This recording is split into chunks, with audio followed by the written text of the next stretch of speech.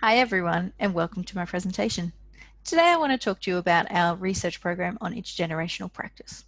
More specifically, I would like to talk to you about our results around can we influence the attractiveness of aged care as a career choice through innovative trials such as intergenerational care programs. First, I'd like to acknowledge my colleagues, Dr. Yuneng Wang, Professor Annika Fitzgerald, Dr. Jennifer Cartmel, Dr. Xanthi Galenko, and Dr. Bridget Langing as part of this project. We know the aged care sector is undergoing significant transformation. This has been a common theme across this conference and continues to be part of our discussions going forward. We see the Royal Commission highlighting some of the poor practice that comes out of our sector, and we also see this continued negative reputation that emerges from all of the media around aged care, which has resulted in a continued shortage of workers within the aged care sector. Confounding this is this preference for university qualifications over vet qualifications, and we can see this in our recent policy changes around the higher education sector, where university qualifications in STEM-related fields were put higher on the agenda than our vet qualifications. Now, this has increased our shortage of workers in the short term and will influence our shortage of workers in the long term in both childcare and aged care sectors, particularly because predominantly our frontline workers are vet qualified. Now, at the same time, in amongst all of this chaos, we see this increase in growth of the need of care services within Australia and globally. So this research started to look at, well, how do we use programs such as intergenerational practice in order to influence the way in which we see aged care as a service provision? A recent review that we undertook as part of this program compared the workforces of both childcare and aged care. And now what we found there was that we are working with similar qualified workers. They're both very much vet trained. We know that they're all very female orientated, and we also know that there's a certain level of care in their personalities that attracts them to that role itself. Yet what we don't know is why merging of workforces into a hybrid career has not been previously considered. Often we look at the sector as something that happens and in isolation of each other, when in reality we're actually providing care services for both sides of the lifespan continuum and not actually looking at how do we combine those care roles in a meaningful way. So I'm introducing this new term called hybrid careers to you guys today. Now, hybrid careers builds on the knowledge about hybrid roles, which says that we've got transferable skill sets in life, and in doing so we combines previously uncombined skill sets across the same role type. All right, so what I'm really saying is that we should be able to merge two professions into one career path. And in fact, we should see this almost rainbow effect where people can come over the rainbow and across each side of the rainbow in order to transfer from childcare to aged care, because fundamentally, according to our initial review, the roles itself are quite similar at the care level. So what we were interested in was, well, what is the possibility of creating a hybrid career path? And in this case, it would be termed an intergenerational worker. And this person would go and work across childcare and aged care. Does that actually influence someone's career expectations and, of course, the attractiveness of the care careers across both childcare and aged care? Now, when we talk about careers literature, we started to flip our conversations around the late 1990s from an employer-led event to an employee-led, when we started to introduce this notion of boundaryless careers. And boundaryless careers are saying that I no longer have to stop and wait in one organization to excel. Instead, I've got this sequence of job opportunities that exist, and they exist across organizational, relationship, hierarchical, work life, and these psychological boundaries that we place on ourselves now. And as a result, employees are much more into control of their career choices than they ever have been. But the literature in boundaryless careers have never actually considered how we form job roles across professional boundaries. So this is where we're building from boundaryless careers into more of a protein career orientation. Now, protein career orientation refers to this agentic attitude towards their career. So when someone is more self-directed in their career choices and their career itself is guided by how they feel, so their intrinsic values. What we found was that in those employees who had much more of a protein career orientation, they were more likely to develop vocational identities. And this means that people were creating this version of who they are and what they want to be independent of employers, and therefore they feel it then became more of a protective factor for them when they were looking at their broader career choices. So we got interested in this concept of vocational identity. And if you look at vocational identity, it is a core part of development for adolescents, but it's also a core part of career lifespan. You know, if we're talking about what is a clear vocational identity, it refers to this clarity of one's work and this idea that my beliefs, my interests, my goals, my values, and my ability are suited to my occupation. Of course, having a vocational identity and this perception of who we are and this linkage between who we are and what we do is completely contextual on the opportunities and exposures to new career paths. But to date, we don't see a lot of research around how innovative programs have influenced people's careers perceptions. And as a result, what we wanted to do in this study was look at, does exposure to an innovative program such as intergenerational care or intergenerational practice influence someone's perception of who they were, but also where they wanted to be? So this program really had two primary research questions in this element. We asked ourselves, well, does being exposed to a new career options change people's perceptions of their opposite career path? If so, how? And the second question we asked was, well, does being exposed to new career options change people's perceptions of their current career path? And if so, how? And that were really important because we often come into a career or into a sector and we don't necessarily go outside of our sector. And in aged care, it's very apparent that anecdotally, people stay within the sector. They may go and look at all these different organizations and have a look at, you know, dip their toe in and come back and then dip their toe back into another organization and come back, but they stay in the sector. But if we're exposing someone to a new sector, is it actually possible that their perceptions of whether they would enter that sector later would change? So our program ran for 16 weeks over 4 sites. Now there was many objectives of this program. I'm only looking at a slice of this data. And this data was specifically looking at the employees that were included in this particular program. Okay, so in most cases we had 2 childcare workers for every 1 aged care workers because we had a ratio to uphold.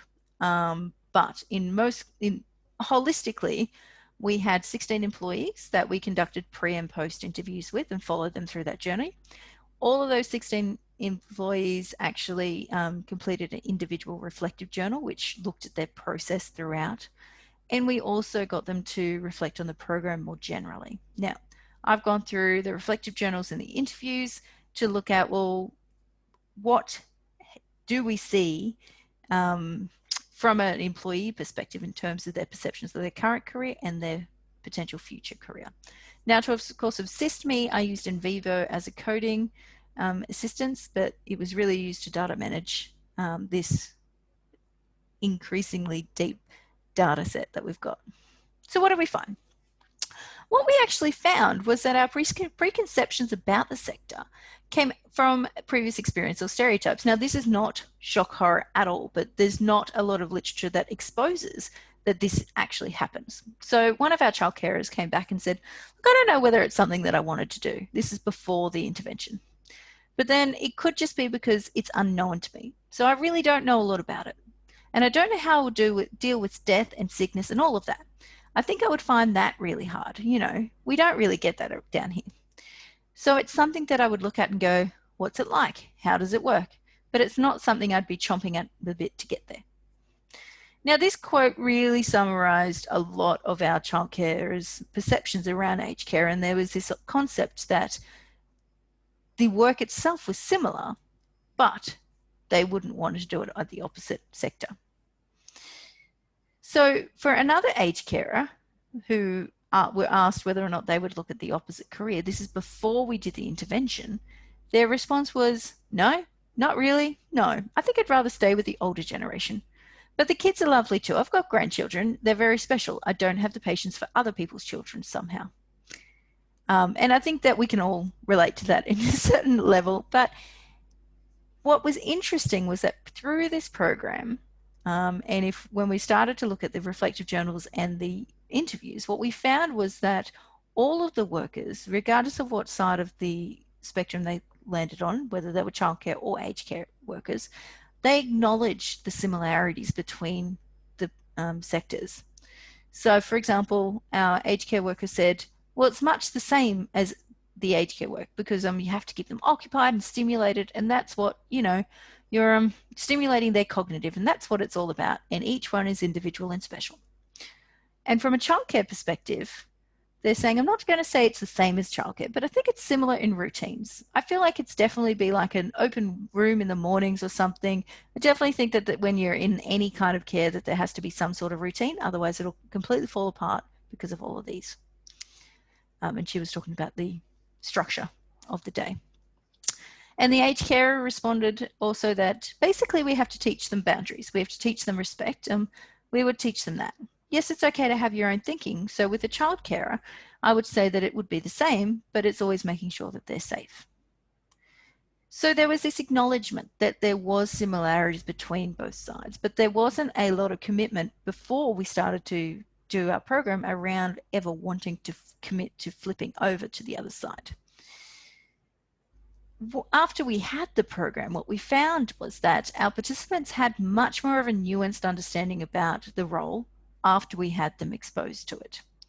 So this one child carer said, I just think about they're in aged care, they might be in mobility, they may be having some mental health issues that we might have to take care of, but when interacting with this group, they're all independent and their minds are still very active.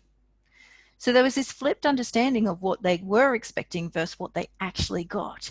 And that changed their perception as to whether or not they could do that job going forward. Another aged carer acknowledged that, and I can learn from them to understand the teacher or how to play with the children and how to communicate with the children. And I would like to, if I had the time, I would love the job. And there was this acknowledgement that ultimately, if that job was an opportunity for them, it would be something that they would be keen to do. What was really interesting about this particular program was that during the course of one of our trials, we had 2 resident deaths. Which is not an abnormal occurrence in an aged care setting. In fact, our carers are well equipped to deal with that. But from a childcare perspective, all of our child carers at that site had never experienced death before. So what we found was that the critical incidents that they had at the workplace changed their perception of what the other people do. And it does confront them. And that confrontation itself really highlighted the fact that as aged carers, if we're really going to try to attract people to this industry, then we need to acknowledge the realities of that going into it. So for example, one of our child carers said, the critical event, which was the death of a resident, put a standstill on everything. We would just, because we weren't as prepared. But you don't really want to, if someone passes around away, you don't really want to go, oh yeah, where's my book on that? All right, now this is how we're doing it step by step to handle it. Everyone's going to be different, but it was just funny that there was 5 or 6 of us just standing around discussing how we were going to do this moving forward. And all this pressure around how we were going to mention it, talk about it to the parents with, I didn't get much feedback from the families. I was just like, oh, that's sad. No one had any comments about how you handle it with the children. I think that was good, but I also think that it was like, whatever you do to handle it is fine. There was no expectation there on how you would handle it because no one knows how to handle death. Another manager who was put in the front line as soon as this happened, she was a senior manager, said, as a manager, I think my initial response is to take a couple of minutes to myself and then I have to deal with them first. Well, not deal with them, but I have to look after them first. At the end of the day, I suppose that's maybe a benefit you can have of being a manager, is being able to know your team needs you more than what you do first. That selflessness of I need to deal with not with my emotions right now and put them aside because I need to be stronger for those people at the moment. And then when I get home, that's when I can deal. Yeah, knowing when it's the right time for you to break and be there for others. And that was an interesting reflection because, again, this was her first expectation and, well, first experience, sorry, of death. And as a manager, she had to show leadership in that situation. So these critical incidences in this particular program really said and pointed at the fact that when we are looking at trying to move beyond our current population of potential workers, we do need to start looking at, well, how do we cope with them, and how do, not cope, but how do we actually handle and respond to what is seemingly normal for our industry. The study also found that, when we asked people, would you like to be in that role going forward at the end? So I did a pre and post question. There was much more of a nuanced understanding of whether or not they would want a career in the opposite sector. So some of them were very clear and said no. However, others were much more on the fence. So this child carer actually responded and said, well, yes and no. Yes, because it'd be nice to have those adult conversations, but no, because it'd be sad. Because even some of the patients who come here, you hear about the families that are away, like they're literally by themselves, and it was sad to hear their stories. And it was sad to know that there was a possibility that they could pass away, because we did have a couple that got sick that, like I said, missed a day here or there, or a week here and there just because they were sick. All the kids would be like, well, where is such and such, and ask for who, where they were, and we double check that they were okay, because obviously in the first initial meeting we talked about the possibility of death, and it hadn't crossed my mind that it could actually be real. So I think that too would be sad. Like, I don't think I'd be emotionally ready for that, especially if you knew them a bit more too. It'd be different if you only knew them for a week and you didn't have a connection with them, but if you had that connection, I don't know, it would just be, I guess, a reality of the job. So this particular quote really highlights the fact that exposing to programs not only exposes us to acknowledge the trauma that we experience as part of the aged care workforce, but also what we need to protect for our future workforce, particularly when a program like this opens the possibility of a career in aged care.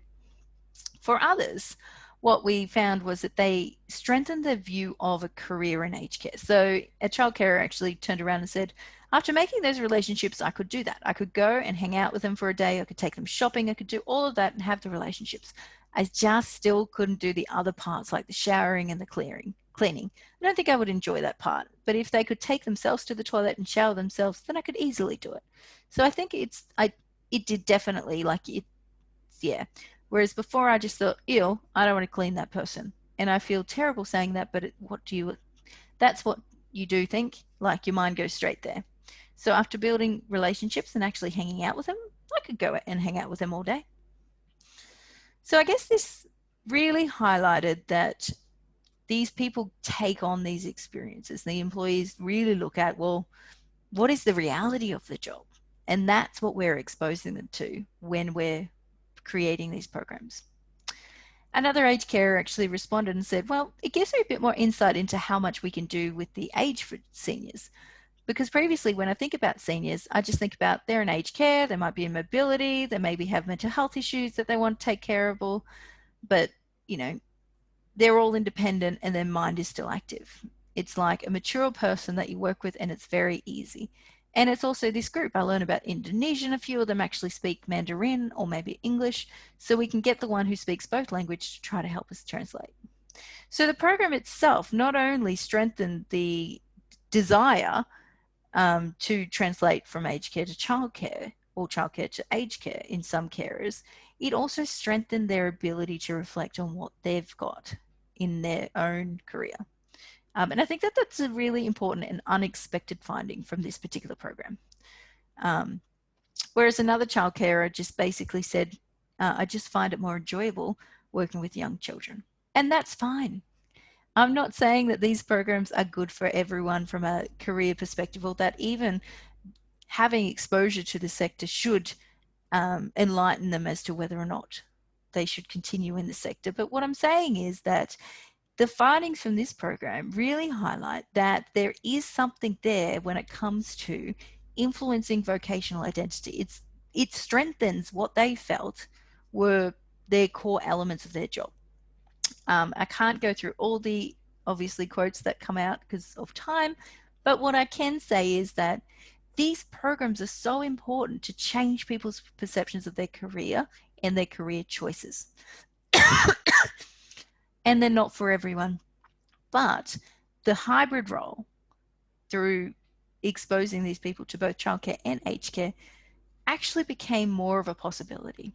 You know, we're seeing people really strengthen their desire to work in aged care or strengthen their desire to stay and work in childcare, or the opposite. So what we're saying is that the innovative programs that we do in aged care, if we're looking at it from a how do we attract people going forward, we need to start flipping our mindset to, well, how do we look at similar job scopes and create hybrid role types in order to increase the population that is available to us going forward into the future. So the strength of this study was that it really was one of the first programs that looked at how trial programs such as intergenerational care influences employees' career choice. It was qualitative and it gave us a deep insight in terms of the voice of participants. What we found in that program was that people wanted to have that strengthening. And even if they didn't want to move to the other side, what they did find was a newfound respect for their own career choice. And that's really important and should be acknowledged. The weakness of this program, of course, was that because it was such a small program, and even though we did 4 states in Australia and 4 different programs within those states, there were this small number of participants, and therefore we can presume that there is some level of transferability, but of course more research is needed. Thank you so much for coming to my presentation. I tried to keep it short and sweet, but of course, if you would like further information, please contact me as the lead researcher and I would be happy to provide. Thank you so much. Have a good evening.